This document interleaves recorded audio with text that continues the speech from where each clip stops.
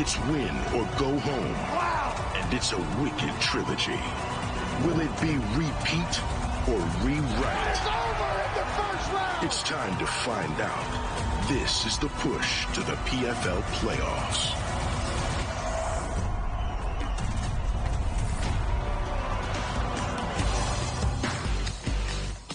Welcome, PFL fight fans, to the weigh-ins.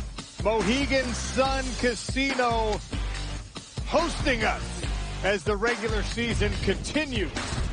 We start the second half with the heavyweights and the women's flyweights. Valentin Moldavsky, Linton Vassell in a main event. Dakota Ditcheva, Chelsea Hackett in a women's flyweight co-main. The push to the playoffs begins here in Connecticut. What do I mean by playoffs? Well, don't forget we run things on a season format in the Professional Fighters League. 10 fighters in each weight class, 6 different weight classes. 2 regular season fights for each fighter, this being the second of those. 3 points per win, bonus points for a finish in any round. And the top 4 fighters in each division advance on points to make the playoffs. $1 million for the champ in each and every division.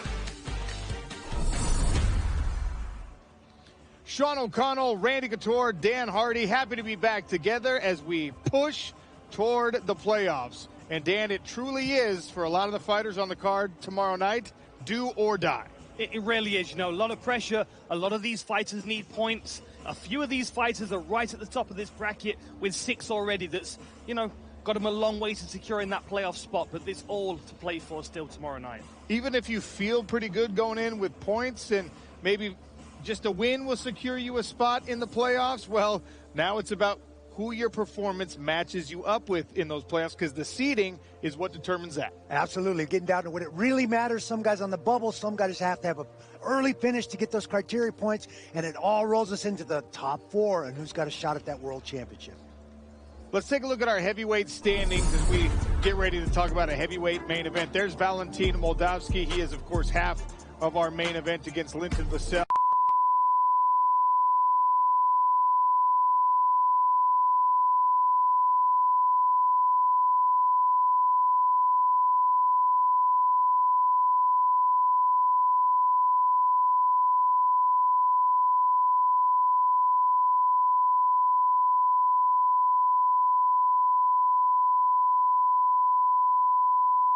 And there he is, Valentin Moldavsky.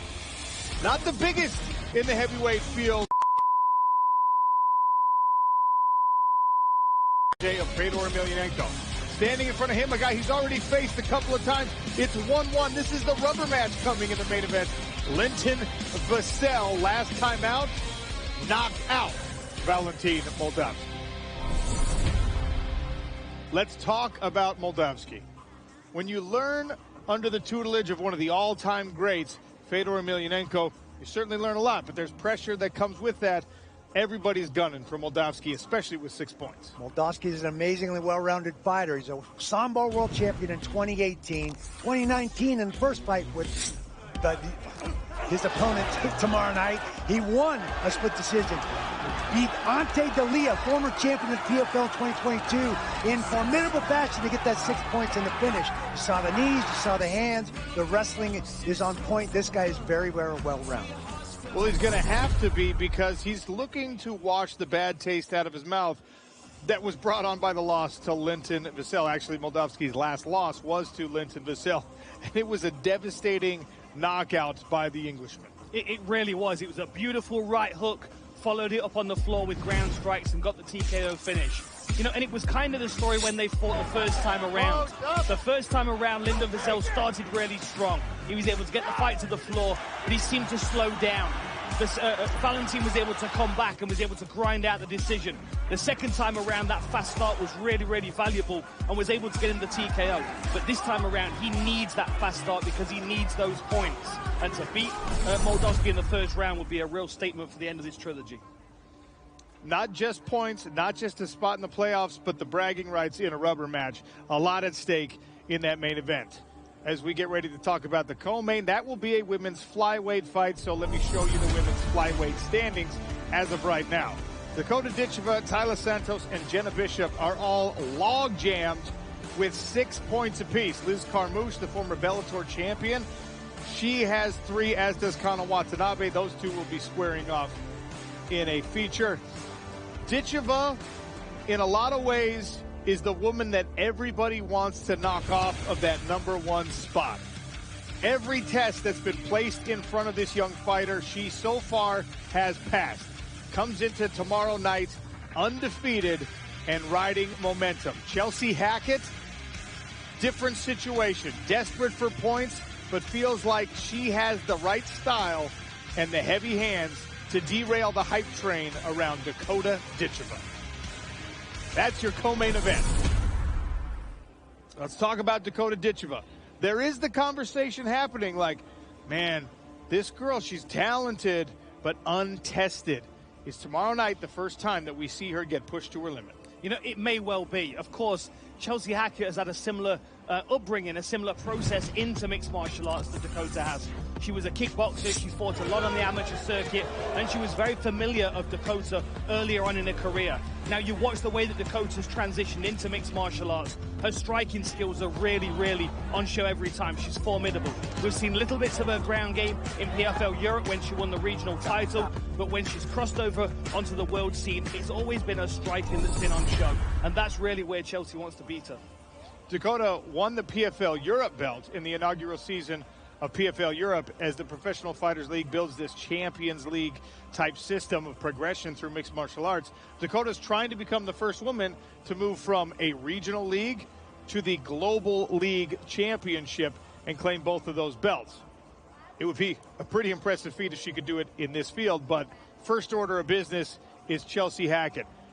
Last time out, Chelsea Hackett feels like she didn't really get to show her skills. In fact, because she fought Jenna Bishop, got taken down, and that fight took place on the ground, she didn't get to do the thing that she's so trained to do and put the Muay Thai on display. Absolutely. And she feels like this was the fight she wanted when she came to the PFL. She's had her eye on Dakota Ditcheva because of that similar Muay Thai background. Chelsea Hackett, the 2-time world champion in Muay Thai. Here you see a nice takedown, very good grounded pound, rear naked choke. She's got submission skills. She's a well-rounded fighter. She's not just a striker. She knows she has to get on the inside against Ditcheva and fight from there and show her power. She doesn't believe that Dakota Ditcheva has been tested. Nobody's punched her in the face yet. So that's going to be a fun one in the co-main event. Brett Okamoto, he's always part of our broadcast team, and he's here for the weigh-ins with more on this matchup. Yeah, thank you, Sean. This is such an interesting backdrop for this co-main event. As you guys have been talking about, Dakota Ditcheva has been doing what stars do, really. She's exceeded expectations. She's been handling everything beautifully that's been thrown at her. Let's talk about Chelsea Hackett. Chelsea Hackett coming in here with 0 points, the underdog, but you would not know it listening to her this week. She is carrying herself like she is the hype train. She is the #1 seed, and she looks at that undefeated record that Dakota has and sees it a little bit differently than the rest of us. She says, I see it as evidence that she has not faced the type of adversity that I will be showing her tomorrow night. I really don't think Dakota's been punched in the face. I seriously think she's been untouched in all of her fights. I've not seen anyone actually land a punch. So I highly doubt she's felt the power that I possess. I've kind of shown in my fights, you know, I don't tend to get into a brawl with anybody or, you know, put myself in bad positions. You know, my style seems to be one that's very hit and don't get hit. And I get on the inside, I land those hard punches, and yeah, I put them to sleep. That's the goal, that's the plan. I'm expecting her to come out confident and then realise that she called out the wrong person. So she's going to take a few to the face, that's for sure. Well, guys, Randy mentioned that this was a fight that Chelsea Hackett wanted as soon as she came into the PFL. This is a fight that Chelsea Hackett has wanted for almost 10 years. She remembers that in 2015, she saw Dakota at a World Muay Thai Championship. She said, I want to fight that girl someday. So this is a fight that she's been thinking about for a long time. I'm going to make a prediction right now, guys. We are not going to see a single takedown attempted in this fight. It is going to be a stand-up battle, and I cannot wait, Sean. I'm all right with that. I mean, it is MMA, but I like a good stand-up war. Here's a look at the rest of our main event. These fights will begin 9 Eastern on ESPN and simulcast on ESPN+. Dennis Goltsov, Thiago Santos. That fight came together late. Santos is a big-time underdog there. Liz Carmouche, Kana Watanabe to open the main card, and you can see the odds next to Dakota Ditcheva. She is a massive, massive favorite over Chelsea Hackett, who feels pretty overlooked Early card action will begin 5:30 Eastern, exclusively on ESPN+. We begin with a flyweight alternate bout between Sumiko Inaba and Soraya Orozco, and from there right into the league fights, with the feature closing it out, Taila Santos, Jenna Bishop. And Santos, that number's been all over the place, but right now, a big-time favorite. Taila Santos, 10 knockouts, 19 pro victories. Jenna Bishop is 6-0 as a pro. Jenna Bishop is able to sprint forward. Solid work with the left hand here. Big slam from Hackett. Not out of trouble. There's a tap. There's a long move. Ooh. Santos right down to the mat. There's a tap. She slams on the rear naked choke for a 6-point finish. As soon as this fight was announced, social media and all the MMA sites really started ramping up the conversation for multiple different reasons. But it promises to be a fascinating fight. Taila Santos, let's start with her. Came over from the UFC. She's got a ton of experience. In fact, 3 times the professional fight experience of Jenna Bishop. Does that become a factor? I think it does. She started out in 2013, went on a 10-fight win streak. She's 4-3 in the UFC. Fought Shevchenko for the flyweight championship. Lost a split decision. Very, very well-rounded. Great on the ground. Grounded pound is on point. Submission skills are there. She's a tremendous athlete, and she's going to come with 20 victories to her record and bring all that experience into the smart cage tomorrow night. She also has 6 points, as does Jenna Bishop. Both of these women able to achieve a first-round finish, creating that long jab alongside Dakota Ditcheva. Let's talk about the Bishop side of this equation. A decorated grappler, a very highly achieved black belt, but is that all she's bringing? No, absolutely it's not. I mean, of course, she's been working on the striking because she spent so many years working on her jiu-jitsu that she knows she excels in that range. If she's able to get this fight to the floor, or even if she's able to climb up her opponent and get to the back in some way, she's very, very good at chaining her submission attacks together. Now, the question is, can she get the fight to the floor? Can she get safely through the striking range with Taila Santos to get the fight to the floor? But of course, if it hits the floor, she feels very confident that she's going to be taking over. I want to point out one more thing about this, because both of these women have 6 points. It really can change the strategy for a fighter, because you're going to be fighting after you've already seen how things shake out underneath you on the card. You know who's got more points than you now. You know if you're being pushed to the edge of elimination. Maybe you need a finish to advance to the playoffs at that point. Maybe just a win in any form is going to get you into the playoffs. So there's all of these different layers to the onion when we're talking about a true league format, and the points being what determines whether you're in the playoffs and keeping the $1 million championship hopes alive. Just something to look out for. We're here for the weigh-in, so without further ado, let's get these fighters to the scale, and we welcome the voice of our smart cage, Andy Shepard, to the show. Thank you, Sean. Yeah, tomorrow night, the business end of our regular season commences here at the Mohegan Sun Arena. Our fighters are not just looking to win their contest tomorrow, they're looking to do whatever it takes to earn their place in the all-important playoffs. All we've got to do now is weigh them in. So to do that, please welcome our President of Fighter Operations, Ray Sefo.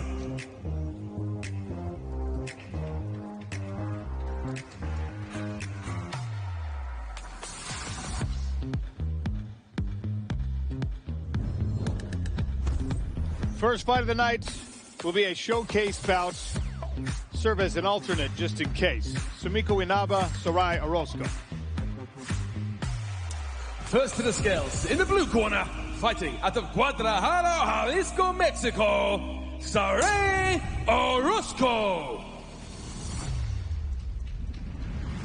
Official weight 125.5 pounds. 2 knockouts on her record, 1 submission, 5 decisions for 8 victories total in her career. Young and blossoming athlete. And her opponent, in the red corner, fighting out of Maui, Hawaii, Sumiko Inaba.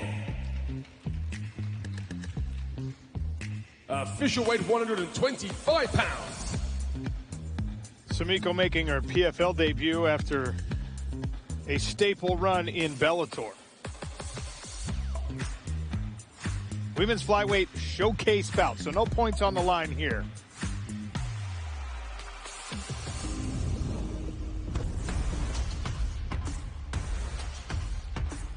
Regular season action commences with this fight. Juliana Velasquez, Lisa Malden. In the blue corner, fighting out of Orange, California, Lisa Malden.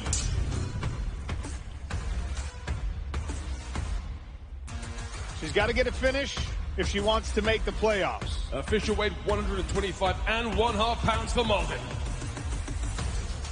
A lot of pressure. And in the red corner, fighting out of Rio de Janeiro, Brazil, Juliana Velasquez. Same story, coming off a loss to Carmouche. Juliana weighs in at 125 That was pounds. the trilogy in itself, the Carmouche match. It was a great fight. She will need a finish to keep the playoff hopes alive.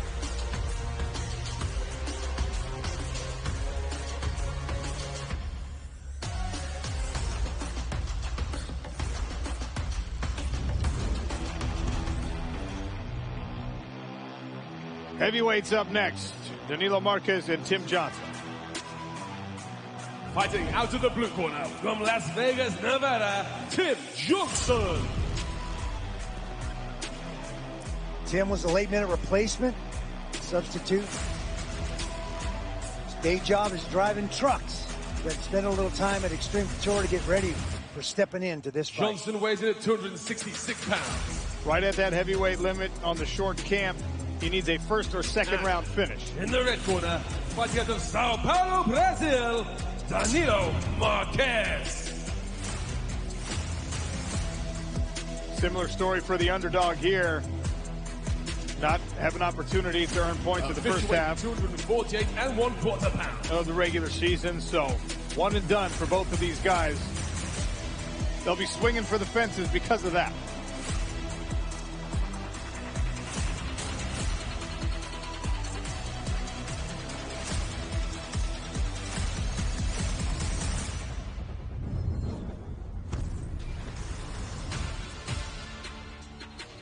Regular season contest in the women's flyweight division up next. Ilara Jawani and Shayna Young.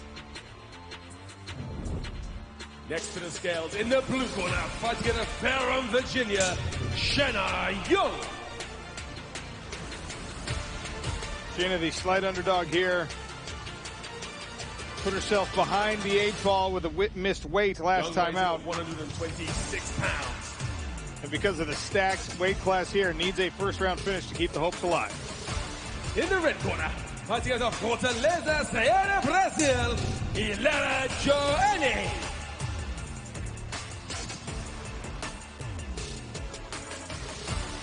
Official weight 125 and 1/2 pounds. Not just win or go home, but get a finish or go home for Ilara Jawani. A lot of pressure on the undercard of these fights. A lot of people that really need 6 points first round finishes. Going to make for an exciting, fast-paced start to this PFL 4 event. Back to the heavyweight division we go for Marcelo Golm and Tyrell Fortune. In the blue corner, fighting out of Tempe, Arizona, Tyrell Fortune.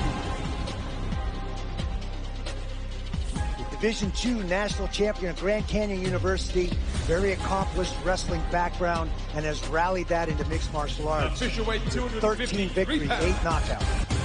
And he was talking about his sparring with us earlier today with lighter boxers, pro boxers, cruiserweights that are really showing him how much of a difference speed can make. And of course, with him being a slightly undersized heavyweight, in the red corner, he can really make most of that speed advantage. Sao Paulo, Brazil, Marcelo Golm.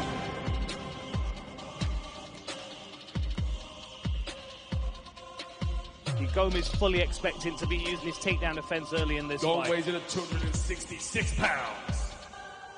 But I think this is going to be more of a striking matchup than Golm's expecting. I think especially when you look at the point standings there, they both need finishes. Right. They're going to have to let those hands go. Heavyweights that need a first round finish. That's a good equation. A nice little recipe.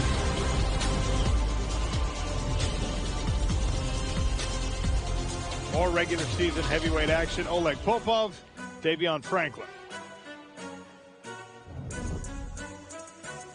Up next, in the blue corner, fighting out of Albuquerque, New Mexico, Davion Franklin.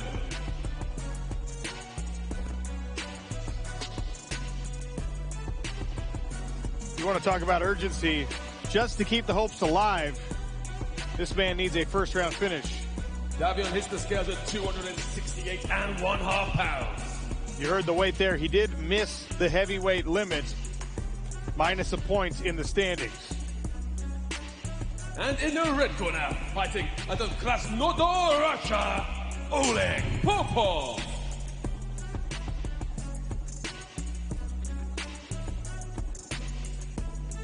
This man is on a serious win streak. Popov weighs in at 245 pounds. And has the luxury, if you want to call it that, of making the playoffs with a win of any kind. That's a big guy for Popov to get to the floor and to control, but I would imagine if he can get him to the floor, he's going to be able to control him there pretty well, moving around him, keep breaking him down. The challenge is going to be on Franklin to keep this fight on the feet, I would expect. 15-fight win streak for Popov. Women's flyweight featured to close out the early card here, Taila Santos and Jenna Bishop. In the blue corner, fighting out of San Diego, California, Jenna Bishop. Very impressive armbar in her first season outing. Very accomplished jiu-jitsu black belt. And 1/2 pounds.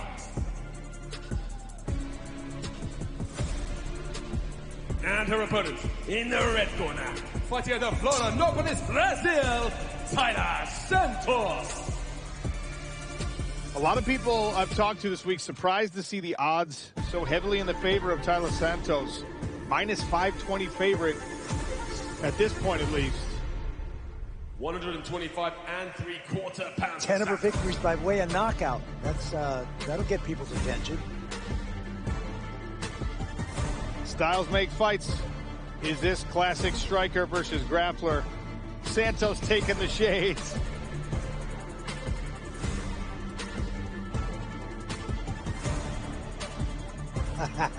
Those must be expensive shades. Bishop didn't like that very much. He ain't giving those up.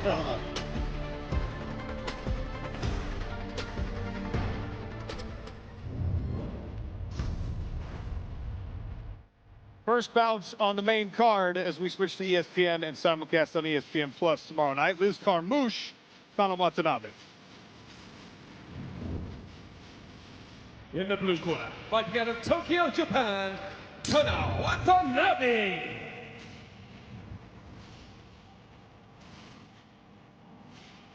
Very accomplished judoka. To clinch, Official weight 125. She'll be looking to finish. 3/4 pounds. Carries 3 points into tomorrow night. And her opponent in the red corner, fighting out of San Diego, California, Liz Carmouche. Carmouche, an absolute legend in women's mixed martial arts. 40 years of age and not slowing down. In fact, likes the pace and the regularity of this format. And of all the athletes we've talked to, Dan, I think you were just as impressed as I was by everything that she said, her understanding and the deep ability she has to think her way through this sport. Very true, Randy. You know, at this stage in her career, she's so tuned in as an athlete and as a fighter. Not only does she know who she is as a fighter when she gets into the smart cage, but she's so aware of her opponent, strengths and weaknesses, and how she has to approach this one to get the victory.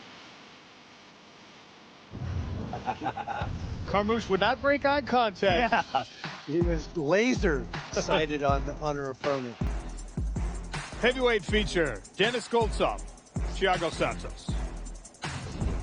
Up next in the blue corner, fighting out of Rio de Janeiro, Brazil, Thiago Santos. It is crazy to think he used to be a middleweight. Yeah. Wild. Look at the size of him. Santos weighs in at 241 pounds. He's a scary dude. He's a long way from middleweight now. A long way from middleweight. And his opponent in the red corner, fighting out of St. Petersburg, Russia, Dennis Goltsov. Goltsov, heavy favorite here. This was a last-minute opponent change for him. Maybe the best jab in all of MMA, certainly in the heavyweight division. Absolutely, he uses that thing very, very effectively. He's long and rangy at 6'5". There's a little size difference there, but you know Thiago Santos could be chopping that lead leg up. Goltsov clinches with a win of any form tomorrow night, whereas Santos will be desperate for points.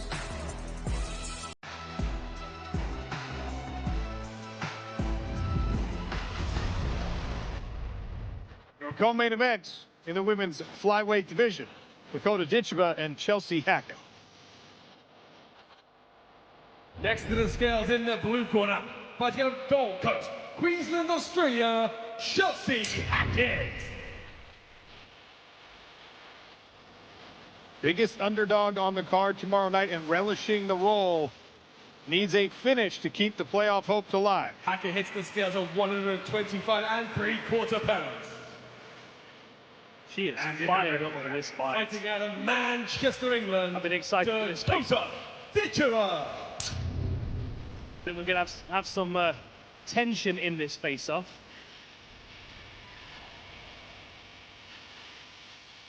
Ditcheva just needs a win, but she is not necessarily known for a conservative approach. 25 1/2 pounds. Even with that knowledge. See the height? And that may be a factor in this fight. Can Chelsea Hackett get inside and can Ditcheva keep her out on the end of those long-range punches?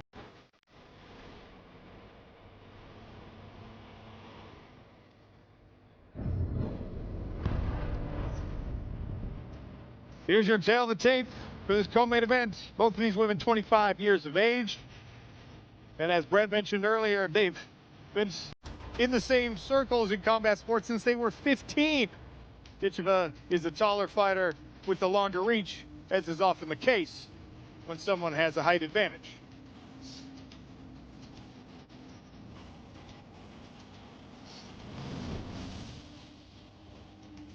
All right, I want to boil down this co-main event just a little bit more.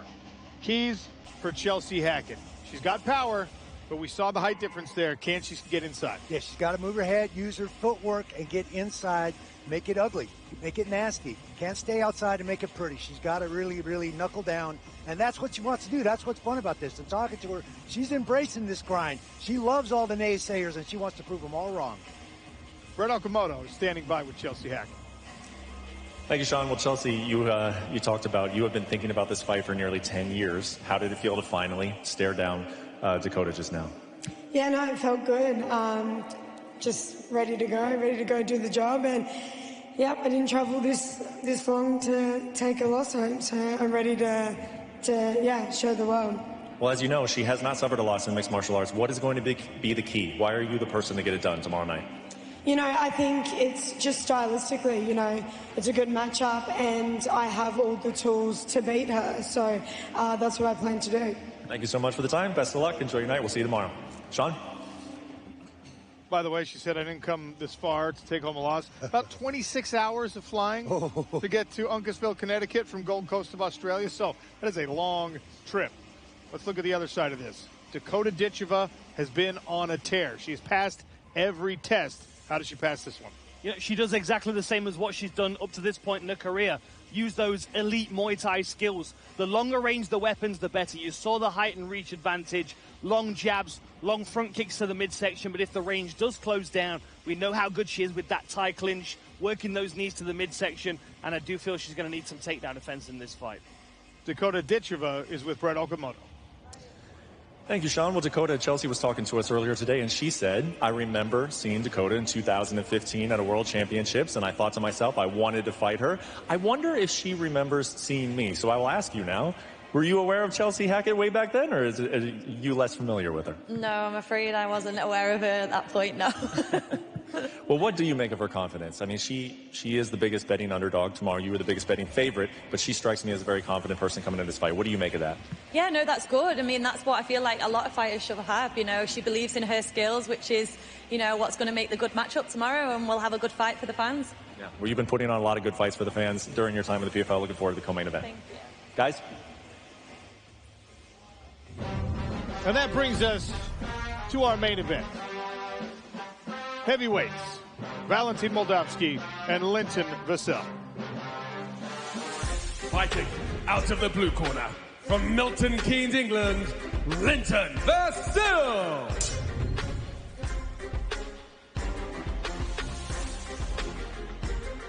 10 years in Florida, but still claiming Milton Keynes, Stan. Got to make it proud.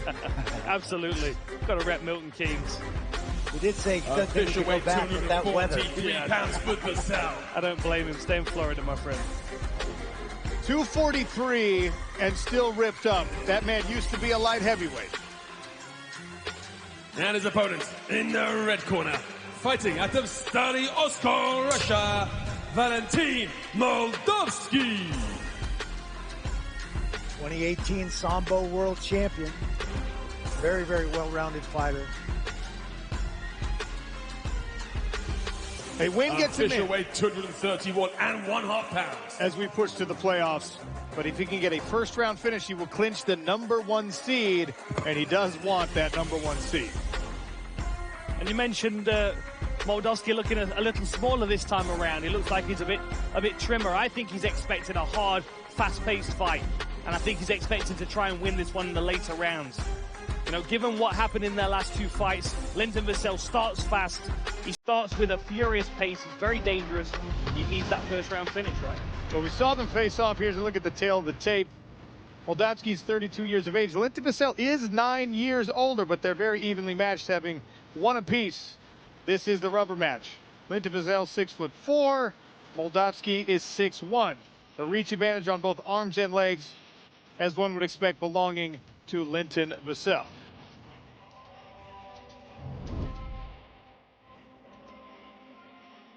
I don't want to belabor the point, but when you're talking about a rubber match, you know something about your opponent. These two have fought twice before.